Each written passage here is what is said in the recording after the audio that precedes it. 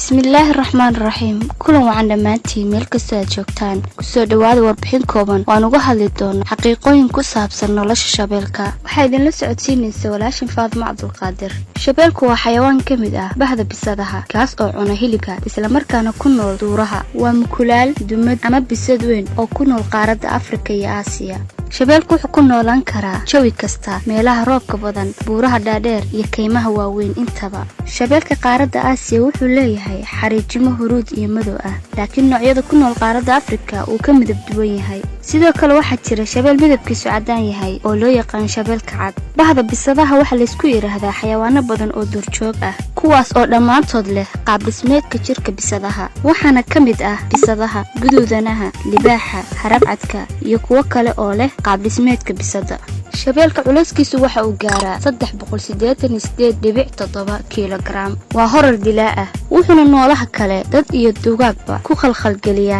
eegmada shabeelku inkastoo uu culayskiisu aad u badan yahay misana wuxuu ordi karaa 49 ilaa 65 kilomitir saacadii inta badan wuxuu ugaartaa habeenkii oo waa u guureeyaa inkastoo maalintiina uu socdo kalinimo ayuu ugaarta ku dilaa walow ay mararka qaar isku raacaan koox